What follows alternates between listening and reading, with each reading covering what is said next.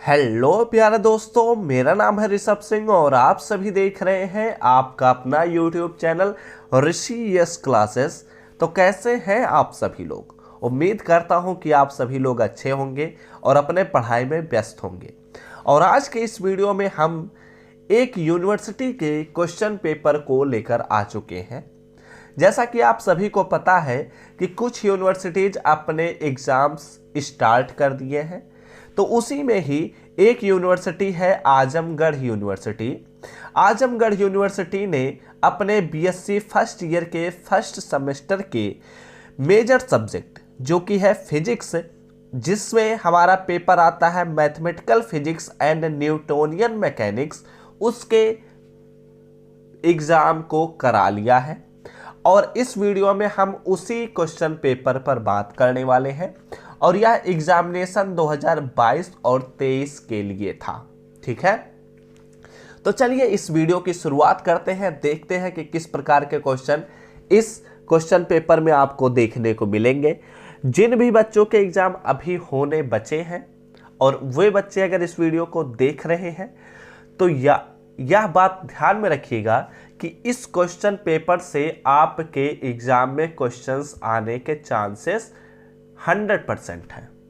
यानी कि अगर हम इस वीडियो में टोटल 13 क्वेश्चंस डिस्कस करेंगे तो उन 13 क्वेश्चन में से मानकर चलिए 5 से 6 क्वेश्चन तो आराम से फंस ही जाएंगे। तो उन्हीं क्वेश्चंस को आप लोगों को प्रैक्टिस करने की बहुत ज़्यादा आवश्यकता है। ठीक है, तो चलिए एक एक करके शुरुआत करते हैं। लेकिन अगर आप सब इस चैनल पर पहली बार आए होंगे तो सब्सक्राइब करने के साथ बेल आइकन को ऑल पर भी सिलेक्ट कर लीजिएगा, जिससे इस प्लेलिस्ट के अगले लेक्चर के नोटिफिकेशन आपके पास सबसे पहले पहुंचे। तो देखते हैं कि यहां पर लिखा गया है कि हमारे पास इस क्वेश्चन पेपर को सॉल्व करने के लिए 3 घंटे हैं। और सॉरी, एक्चुअली मेरी तबीयत थोड़ी अच्छी नहीं है, लेकिन मैं फिर भी वीडियो शूट कर रहा हूं। तो आप लोग भी ठंडी को साइड करिए और अपने पढ़ाई में व्यस्त रहिए, क्योंकि एग्जाम आपके आ चुके हैं। और इस क्वेश्चन पेपर में आपको 75 नंबर के क्वेश्चंस अटेम्प्ट करने हैं। ठीक है, यहां पर कुछ इंस्ट्रक्शंस दिए गए हैं। सबसे पहले बोला जा रहा है कि हर एक क्वेश्चन के हर एक सेक्शन में उनके इंस्ट्रक्शंस दे दिए गए हैं। बात करते हैं सेक्शन ए की तरफ। सेक्शन ए यानी कि खंड आ, इसमें हमें वेरी शॉर्ट आंसर टाइप के क्वेश्चंस दिए गए हैं। तो देखते हैं कि कितने और क्या इनके इंस्ट्रक्शंस हैं। बात करते हैं कि चीज़ों पर, हर एक क्वेश्चन पर। यहाँ पर हमारे पास सबसे पहला क्वेश्चन आता है। इसमें बोला जा रहा है कि सभी क्वेश्चंस को करिए। क्वेश्चन नंबर फर्स्ट के अंतर्गत जितने भी क्वेश्चंस हैं उन सभी क्वेश्चंस को हमें करना है। और हर एक क्वेश्चन यहाँ पर 10x2 लिखा गया है, यानी कि हमें टोटल 10 क्वेश्चंस करने हैं क्वेश्चन नंबर 1 के अंतर्गत, और हर एक क्वेश्चन पर 2 नंबर मिलेंगे। तो इस प्रकार हमें टोटल 20 नंबर के क्वेश्चंस हमें अटेम्प्ट करने हैं सेक्शन ए से। ठीक है, बात करते हैं सबसे पहले क्वेश्चन की तरफ। सबसे पहले क्वेश्चन में हमें बताना है कि define scalar product of 2 vectors with examples. ठीक है, और एक चीज मैं पहले ही क्लियर कर देता हूं कि जो भी बच्चे पढ़कर गए होंगे तो उनके लिए यह क्वेश्चन पेपर बहुत ही ज्यादा आसान है, क्योंकि हर एक क्वेश्चन बहुत ही आसान दिया गया है। कुछ भी ऐसा क्वेश्चन नहीं है जो आप सब पढ़े ना होंगे। तो इसलिए अपने तैयारी को अच्छे बनाते रहिए। जब तक आपके एग्जाम्स हो नहीं जाते तब तक आप पढ़ते ही रहिए। ठीक है, इसमें हमारे पास जो सबसे पहले क्वेश्चन का पहला क्वेश्चन है, बोला जा रहा है कि 2 वेक्टर्स का स्केलर प्रोडक्ट का डिफिनेशन बताइए और साथ ही साथ उनके एग्जांपल्स भी बताइए। बात करते हैं अपने दूसरे क्वेश्चन की तरफ। इसमें बोला जा रहा है prove that gradient 1/r is equal to minus vector r upon में r³ हमें यह प्रूव करना है। ठीक है, और ये क्वेश्चन बहुत ही लॉजिकल और बहुत ही आसान होते हैं। बात करते हैं अपने तीसरे क्वेश्चन की तरफ। ये क्वेश्चन आपको तो नॉर्मल सा डिफिनीशन ही लिखना था, आप लोग आराम से कर भी ले गए होंगे। What do you mean by elastic and inelastic collision? Elastic collision और इन इलास्टिक कोलिजन से आप क्या समझते हैं, ये हम लोग इंटरमीडिएट में भी पढ़ते हैं, तो उम्मीद करता हूं कि आप लोग ये क्वेश्चन जरूर किए होंगे।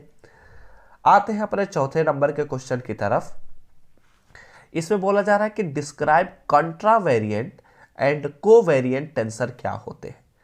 कंट्रावेरिएंट एंड कोवेरिएंट टेंसर्स आप लोग मैथमेटिक्स में भी पढ़ेंगे, फिजिक्स में भी पढ़ेंगे, तो अगर यहां पर तैयार है तो आपको आगे भी आसान ही लगेगा। बात करते हैं अपने पांचवें नंबर के क्वेश्चन की तरफ। तो पांचवें नंबर के क्वेश्चन में हमसे बोला जा रहा है कि right relation between elastic constant. यहां पर हमारे पास कांस्टेंट दिए गए हैं, इन कांस्टेंट के रिलेशनशिप को बताना है, और ये भी उसी चैप्टर से रिलेटेड है जो कि हमने अभी देखा है, इलास्टिक कोलिजन से ही रिलेटेड है।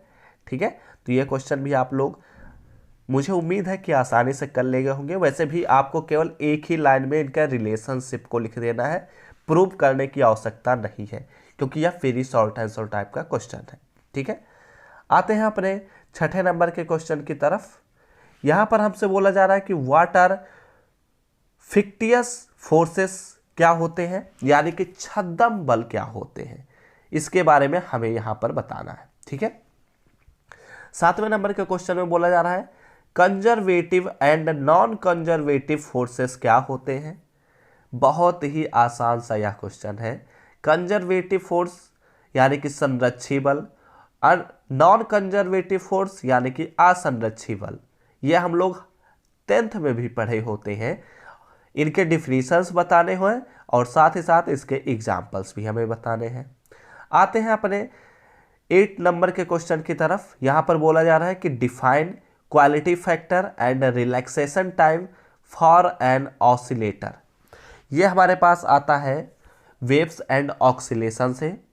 यहाँ पर बोला जा रहा है कि quality factor and relaxation time of an oscillator क्या होता है, इसके डिफिनीशन पर बात करना है। ठीक है, आते हैं अपने 9वें नंबर के क्वेश्चन की तरफ, जो कि बहुत ही इंपॉर्टेंट है।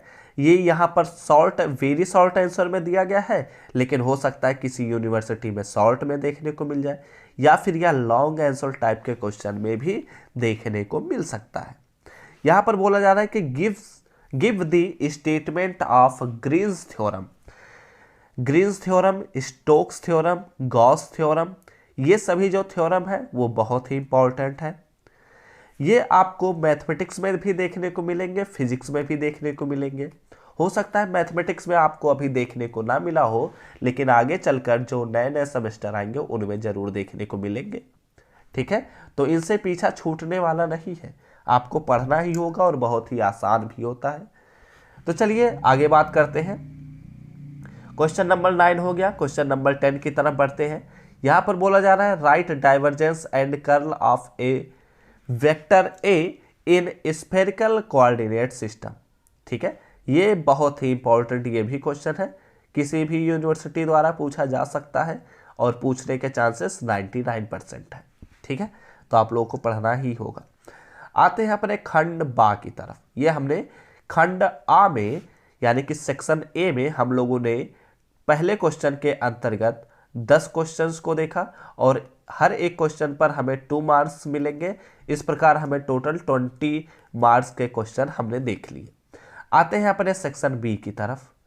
सेक्शन बी यानी कि इसमें हमें शॉर्ट आंसर टाइप के क्वेश्चंस अटेम्प्ट करने हैं, और इस सेक्शन में हमें टोटल 5 क्वेश्चन करने रहेंगे, जिनमें से हर एक क्वेश्चन का 7 नंबर मिलेगा, यानी कि टोटल आपको 35 नंबर के क्वेश्चन सेक्शन बी से अटेम्प्ट करने हैं। ठीक है, तो देखते हैं। यहां पर हमारे पास सबसे पहला क्वेश्चन जो आता है, state Newton's law of motion. बहुत ही इंपॉर्टेंट, हर यूनिवर्सिटी द्वारा पूछने के चांसेस 100%, क्योंकि ये क्वेश्चन नहीं पूछेगा तो क्या पूछेगा। न्यूटन्स लॉ ऑफ मोशन सबसे इंपॉर्टेंट क्वेश्चन यही बनता है, so that the conservation of linear momentum is equivalent to Newton's third law. यहां पर हमें बताना है, देखो लिखा गया हिंदी में, दर्शाइए कि रेखीय संवेग संरक्षण न्यूटन के तीसरे नियम के समतुल्य है, यानी कि इसके ही इक्विवेलेंट है। ठीक है, बातें समझ में आई? ये क्वेश्चन बहुत ही इंपॉर्टेंट है, तो जरूर पढ़िए इस क्वेश्चन को। आते हैं अपने तीसरे नंबर के क्वेश्चन की तरफ। यहाँ पर प्रूव करना है, कुछ चीज़ें बताने भी है। Scalar and vector product of triple vectors के बारे में बताना है, यानी कि what are scalar and vector triple products. ठीक है, इसके बारे में हमें बताना है और प्रूव करना है कि vector product of unit vector I and vector product of vector A and unit vector I plus में scalar vector product of unit vector J and vector product of vector A into unit vector J plus में ऐसे भी पढ़ सकते हैं unit vector K multiply by vector A multiply by unit vector K, लेकिन जैसे हम पहले प्रोनाउंसिएट कर रहे थे वही करेक्ट प्रोनाउंसिएशन है। ठीक है, is equal to two vector A, ये हमें प्रूव करना रहेगा। और अगर आप लोग केवल वेक्टर मल्टीप्लिकेशन स्केलर मल्टीप्लिकेशन सीख लिए होंगे तो ये क्वेश्चन तो आप सभी के लिए बाएं हाथ का खेल है। ठीक है, बहुत ही आसान सा यह क्वेश्चन था। खैर आगे बढ़ते हैं। यहाँ पर आता है चौथे नंबर के क्वेश्चन की तरफ। Drive velocity and acceleration in polar coordinate system.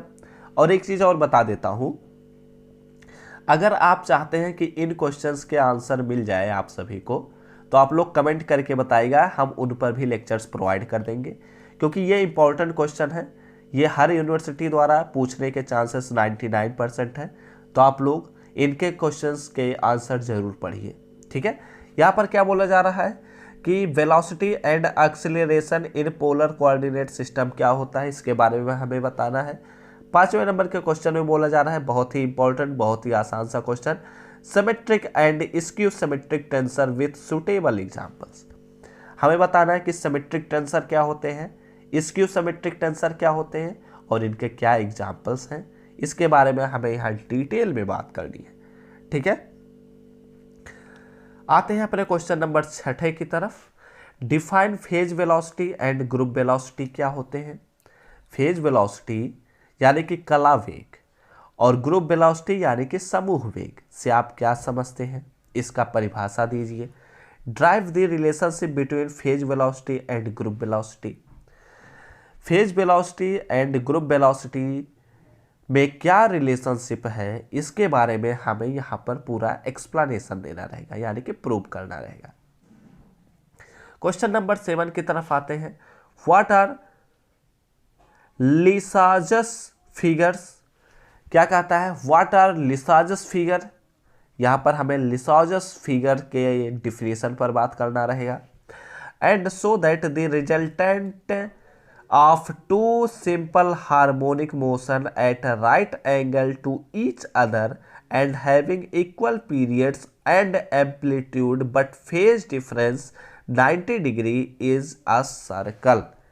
कहता है कि अगर हम, यहाँ पर देखो हिंदी में लिखा गया है कि दो समान आवर्तकाल यानी कि दो इक्वल पीरियड्स के एंड आयाम यानी कि एम्पलीट्यूड के हम एक सरल आवर्त गति के परस्पर लंबवत जिसके बीच कालांतर 90 डिग्री है, तो उसका परिणाम हमें प्रूव करना है कि सर्कल होगा, यानी कि एक उसका जो पथ होगा यानी कि उसका जो मोशन का वे होगा वह एक सर्कल होगा, यही हमें यहाँ पर प्रूव करना है। ठीक है, तो ये क्वेश्चन नंबर 7 हो गया। क्वेश्चन नंबर 8 की तरफ आते हैं।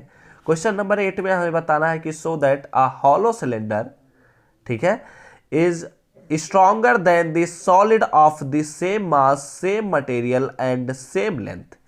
क्या कहता है कि अगर एक हम हॉलो सिलेंडर को लेते हैं और एक ठोस बेलन यानी कि स्ट्रॉन्ग हम सिलेंडर को लेते हैं, तो हॉलो सिलेंडर जो होता है वह ठोस बेलन की अपेक्षा अधिक मजबूत होता है जब हम समान द्रव्यमान के समान पदार्थ के और समान लंबाई का खोखला बेलन लेते हैं तो ठोस बेलन से अधिक मजबूत होता है, या हमें प्रूव करना है। ठीक है, आते हैं अपने क्वेश्चन नंबर 9 की तरफ। So that two body problem can be reduced one body problem under central force. Central force के अंतर्गत हम दो बॉडी प्रॉब्लम को एक बॉडी प्रॉब्लम में रिड्यूस कर सकते हैं। इसके बारे में हमें यहाँ पर पढ़ाया भी जाता है। ठीक है, तो ये हो गया हमारे पास सेक्शन बी। सेक्शन बी में हमें टोटल 5 क्वेश्चन करने थे, हर एक क्वेश्चन का 7 नंबर था। इस प्रकार आपको 35 क्वेश्चंस हो गए, 35 नंबर के क्वेश्चन हो गए। और सेक्शन ए में हम लोगों ने 20 नंबर के क्वेश्चन देख लिए, यानी कि टोटल हमने अभी 55 देख लिया है। अब हमारे पास 20 नंबर के क्वेश्चंस और बच रहे हैं, तो ध्यान से देखिएगा। सेक्शन सी में हमें बात करना है लॉन्ग आंसर टाइप के क्वेश्चन पर। ठीक है, तो यहाँ पर हमें टोटल मैक्सिमम 2 क्वेश्चंस अटेम्प्ट करने हैं, और हर एक क्वेश्चन, जब 2 क्वेश्चन करने हैं और हमें टोटल 20 नंबर के ही क्वेश्चन बचे हैं, तो यानी कि 10 नंबर के क्वेश्चन हर एक क्वेश्चन पर हमें मिलेगा। ठीक है, तो कोई भी 2 क्वेश्चन करना है। तो सबसे पहला क्वेश्चन तो हर एक बच्चा कर लिया होगा कि what are Kepler's law of planetary motion. Planetary motion के लिए केपलर्स लॉ क्या है, बहुत ही इंपॉर्टेंट है। आप जिस भी टीचर से पढ़े होंगे वह बहुत ही अच्छे से इसको समझाया भी होगा। Deduce Newton's law of gravitation from Kepler's law. Kepler's law की सहायता से न्यूटन्स लॉ ऑफ ग्रेविटेशन जो है उसका हमें डिडक्शन करना होता है। यह भी बहुत ही इंपॉर्टेंट है, आप लोग कर भी लिए होंगे। वैसे मैं फिजिक्स के भी क्लासेस प्रोवाइड करना चाहता था, लेकिन समय नहीं मिल पा रहा था, क्योंकि मैथमेटिक्स दोनों सेमेस्टर के लिए, केमिस्ट्री दोनों सेमेस्टर के लिए, तो 4 लेक्चर्स वैसे ही हो जा रहे थे। खैर कोई बात नहीं, कभी और पढ़ाएंगे हम फिजिक्स। आते हैं अपने क्वेश्चन नंबर 11 की तरफ। क्वेश्चन नंबर 11 में आता है कि state and prove the Stokes curls theorem. क्या कहता है कि स्टोक कर्ल थ्योरम क्या होता है। मैंने बताया था ना, Green's theorem, Gauss theorem, Stokes theorem, ये सभी के सभी बहुत ही इंपॉर्टेंट है। एंड गिव इट्स इंपॉर्टेंस, इनके क्या इंपॉर्टेंस है इसके बारे में भी हमें बताना है। यहाँ पर आता है question number 12, what is a cantilever. Cantilever क्या होता है, यह भी बहुत ही important. Drive an expression for the depression of cantilever at end free, या फ्री एंड। ठीक है, यानी कि कैंटिलीवर के मुक्त सिरे पर झुकाव के लिए व्यंजक प्राप्त करना है, यानी कि इसके लिए एक्सप्रेशन हमें प्राप्त करना है। ठीक है, तो क्वेश्चन नंबर 12 हो गए। क्वेश्चन नंबर 13 की तरफ आते हैं। क्वेश्चन नंबर 13 में हमें पता करना है कि find an expression for the acceleration of a body rolling down on inclined plane without slipping. क्या कहता है कि हमें एक एक्सप्रेशन पता करना है जब एक बॉडी, कोई भी एक बॉडी हमारे पास है, वह रोलिंग डाउन यानी कि लुढ़क रहा है बिना स्लिप किए हुए ऑन इंक्लाइंड प्लेन, तो उसके लिए हमें एक एक्सप्रेशन पता करना है, उसके एक्सीलरेशन का हमें एक्सप्रेशन पता करना है। ठीक है, तो इस प्रकार हम लोगों ने आजमगढ़ यूनिवर्सिटी में पूछे गए क्वेश्चन पेपर को पूरा एनालाइज किया। ऐसे ऐसे क्वेश्चन आप सभी के यूनिवर्सिटी में भी आने के चांसेस हैं। तो अगर आप लोग चाहते हैं कि इन क्वेश्चंस के आंसर आप सभी को मिल जाए, तो इसके लिए आप लोगों को कमेंट बॉक्स में जाकर कमेंट करना होगा, या फिर आप हमें टेलीग्राम पर भी कांटेक्ट कर सकते हैं। अगर आप चाहते हैं तो ज़रूर कमेंट करिएगा, हम इनके आंसर पर लेक्चर्स बनाना शुरू कर देंगे। ठीक है, तो चलिए इसी के साथ इस वीडियो को समाप्त करते हैं। आई होप आप सभी लोग यह समझ गए होंगे कि कैसे कैसे क्वेश्चन पूछे जा रहे हैं फर्स्ट सेमेस्टर में, इसीलिए यह वीडियो बनाया भी था। तो इन क्वेश्चंस के सहायता से आप सभी क्वेश्चन को तैयार करिए, अपने प्रिपरेशन को जारी रखिए। अगर आपके यूनिवर्सिटी ने अभी अनाउंस नहीं किया है कि हम एग्ज़ाम कब लेंगे, तो परेशान मत होइए। 10 से 15 दिन के अंतर्गत आप सभी के यूनिवर्सिटी अनाउंस कर देंगे कि कब आपके एग्ज़ाम होंगे। ठीक है, तो वीडियो अच्छा लगा हो तो लाइक कर दीजिएगा, साथ ही साथ कमेंट करके बताइएगा कि क्या इनके आंसर प्रोवाइड करना शुरू कर दिया जाए। और इसी के साथ इस चैनल पर पहली बार आए होंगे तो सब्सक्राइब करने के साथ बेल आइकन को ऑल पर भी सिलेक्ट कर लीजिएगा, तो हम सब मिलते हैं अपने नेक्स्ट लेक्चर में। तब तक पढ़ते रहिए, संघर्ष करते रहिए और सफल होते रहिए।